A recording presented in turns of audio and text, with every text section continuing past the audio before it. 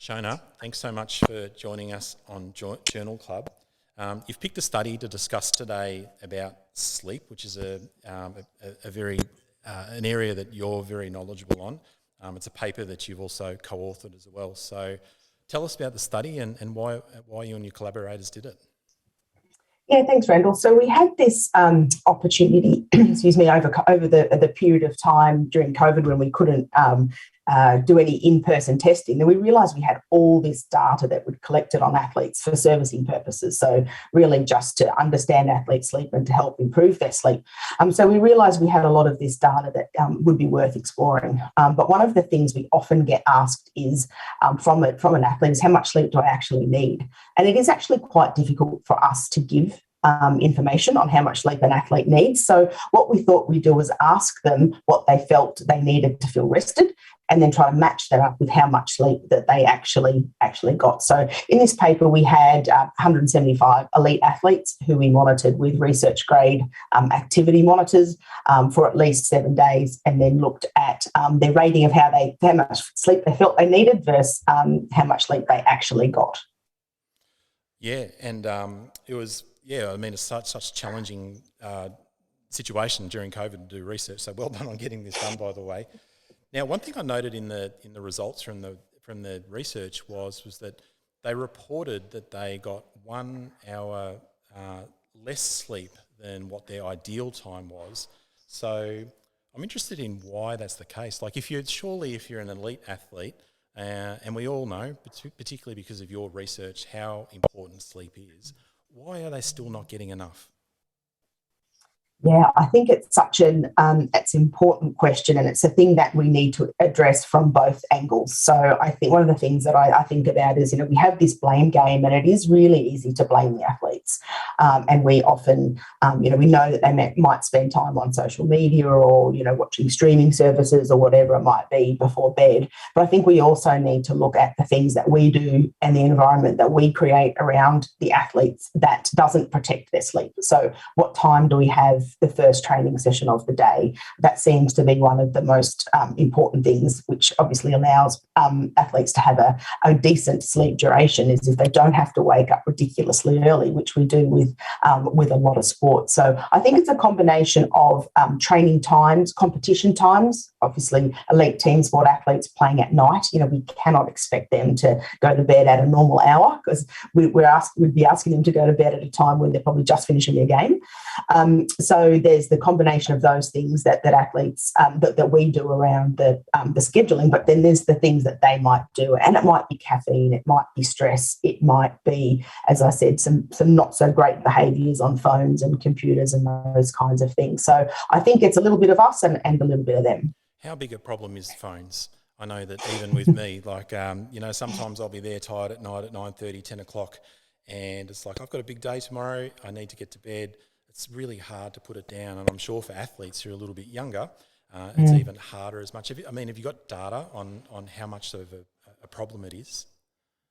Yeah, there's actually some conflicting data there. So there is a bit of what people tend to look at is the blue light from those devices. And there's some people that say it has a big effect. Some people say it has minimal effect.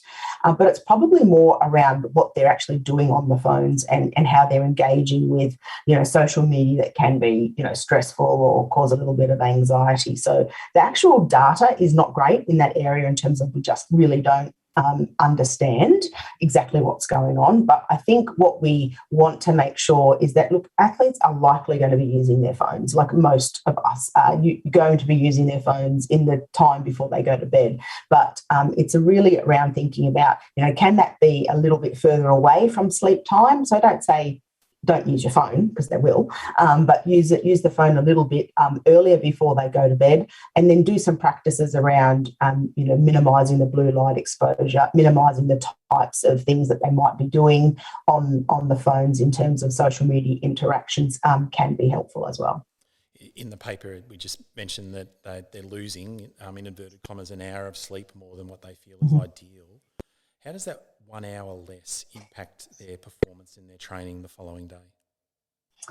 Yeah, so we're starting to understand a little bit more around the effects of sleep deprivation in athletes. So we've always had an idea around all the different things that are affected in the general population with sleep deprivation. But it seems to be that if you have more than sort of 3 or 4 or 5 nights of shortened sleep, so where you might be getting 2-3 hours less than normal, we do know that there can be effects on performance, and that's usually through perception of effort. Everything just feels harder. What we don't have good information about is this kind of situation where we're seeing athletes regularly getting less sleep than they feel that they need. The one thing that I should put in the caveat around this paper is we don't have napping data in here.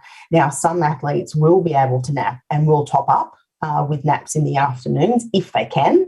Some athletes don't have the time, or if they're at school or working, they can't. But we don't have a lot of information on that. Just continual, lifetime getting less sleep by an hour or two than you actually really need. I also want to ask you about the quality of sleep. I know that when I exercise hard during the day, I generally sleep like a baby.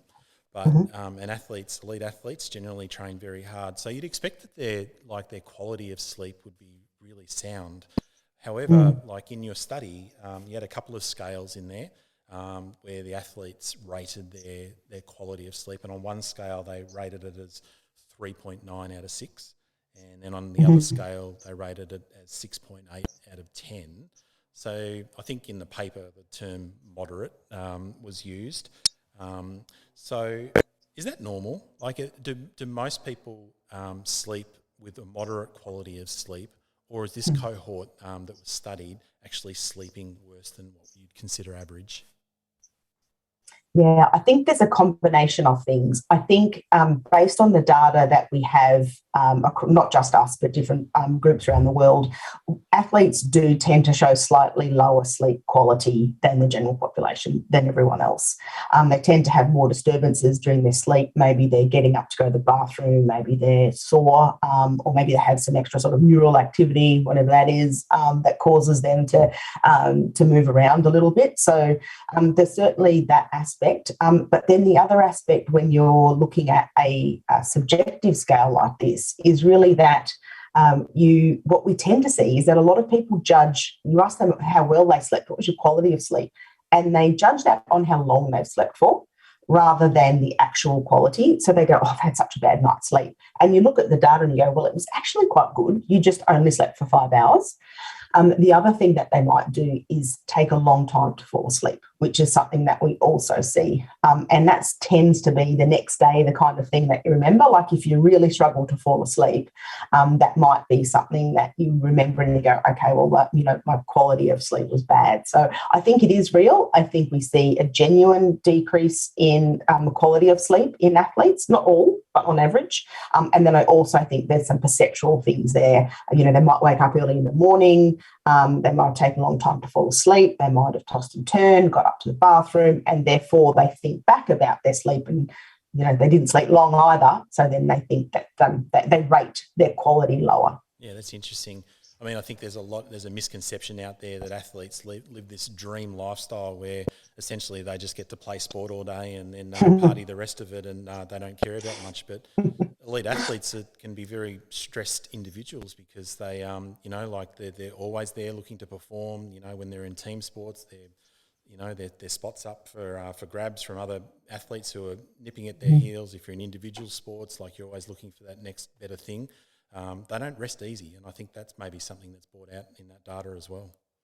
Yeah, totally agree. I think there's so many factors, like you look at non-sport factors and sport factors that might contribute to poor sleep in athletes, and it can be an absolute perfect storm. It can be all the things that you might see in several individuals in the general population. You might see them all at once in an elite athlete. And I think the thing we also, this is slightly off track, but we forget how public it is being an athlete in terms of success and failure.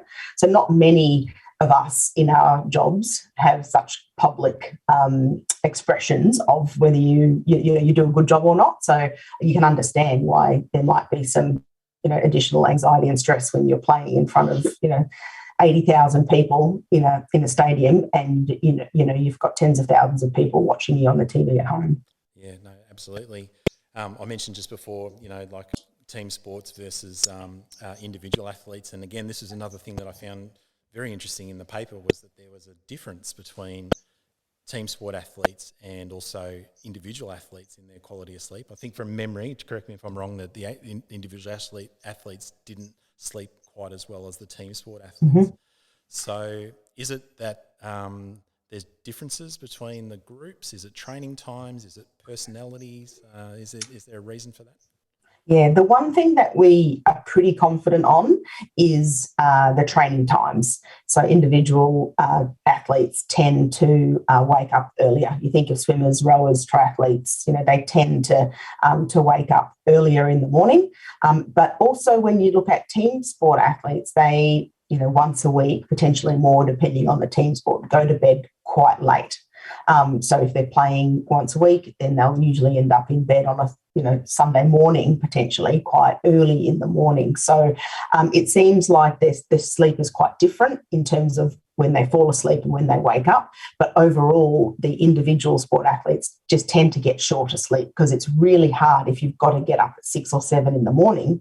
It's really hard to go to bed early enough to get the duration that you need. So that's usually where we see the differences is we just wake individual sport athletes up super early and they tend to not be able to get really good consistent sleep because of that. And then what they do is if they have a day off or 2 mornings off during the week, they'll tend to really sleep in on those days, and maybe that looks a little like shift work for some people, and we know that shift workers' quality of sleep's also really bad. So later training starts is one of the things that we're really seeing is potentially quite important for getting good sleep in elite athletes. And the group that initially springs to mind with that is swimmers. So swimmers have generally been the ones that get up at ridiculous times and then train late in the afternoon as well.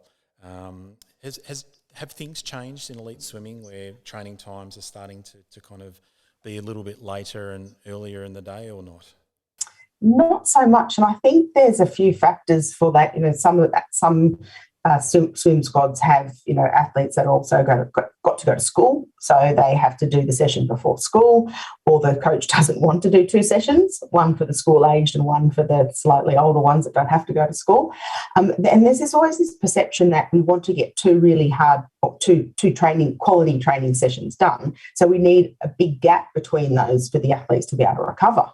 It's like, well, you're kind of shortening the best recovery strategy you have, which is overnight sleep, by pushing those 2 training sessions out as far as possible. So it is definitely a cultural thing that's hard to change. And I think what we often see too is that coaches have their own chronotype. So they're early morning people. So they just kind of expect, well, the athletes should be early morning people too. And, if you're an adolescent or a younger athlete, then that's certainly not the case. You're the opposite for most of them. They're night owls. So we kind of mess them up a little bit. But I think it's cultural, and sometimes it's access to facilities. Sometimes it's timing for the session and school-age kids, etc. But I think it can definitely be changed. And I think Australia is one of the, when I talk to other groups, Australia is one of the countries that have these really extreme early morning starts for swimming in particular. Well, we did pretty well at the last Olympics, so maybe we're doing something right. Maybe there's something in there. Maybe they've got lots of time in the day to nap. Maybe that's what it is. Yeah. Last thing I found super interesting about the study was that there was a recommendation that the target sleep times was when athletes should go to bed and also wake. The recommendation was that they should go to bed between 10 and 10:30 p.m.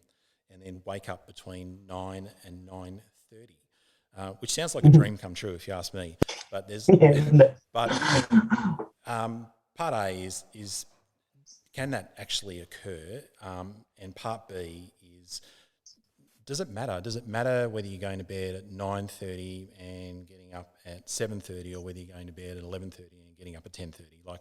Does it matter actually where that 8 or 9 hour window comes in, or are those times recommended for a reason?